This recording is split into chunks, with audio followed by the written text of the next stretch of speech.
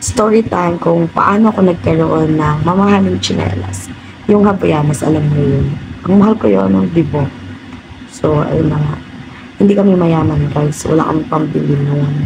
Tapos, walang basta-basta magbibigay ng Havaianas. Ang mahal nun, di ba? Tapos, mga friends ko, friends of friends, mga nakikita kong tao, naka-Havaianas kasi sikat na sikat yun sa amin dati, mga Havaianas. Tapos ako, naka-Spartan lang. Yung, or di kaya yung ano, yung fake na, ano, Havaianas. Yung 50 lang. Ganoon. So, ang nangyari ganito, may pinsan akong may kaya, nakakabili sila, no? Or di kaya baka sa ano na yun, sa sahod, kaya ganun. Pumunta ako sa place nila. Ay, biglang naputol yung Havaianas na best.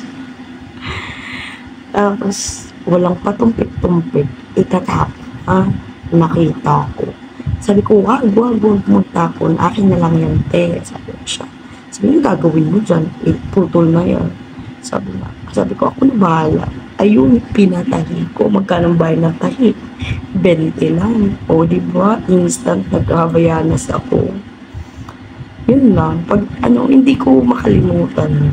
Kaya nung nagkatrabaho na ako, hindi yung first work ko, nagkatrabaho na ako dito na ako sa Thailand noon. Bumili talaga ako ng Havaianas beshi ko. Tapos naalala ko yun. Tawang-tawa ako sa sarili ko. Ambisyosa eh. Yun lang.